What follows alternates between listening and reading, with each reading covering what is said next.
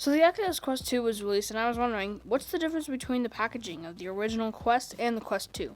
So here's the Quest 2. You open out the box and you get the headset, glasses spacer, accessory box, and both remotes. Printed on the box is the quick start guide.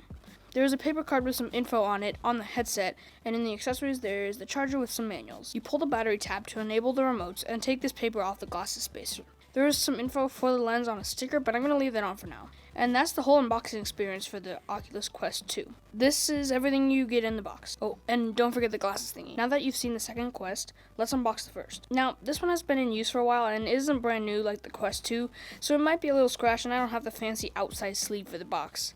You get the headset, remotes, and accessories, which has the charger and manual. That's it. There's not a lot to it, and when compared to the second Quest, it doesn't seem as fancy. The new Quest has a modern look with nice images and fonts. That's pretty much it for this video. Thank you for watching.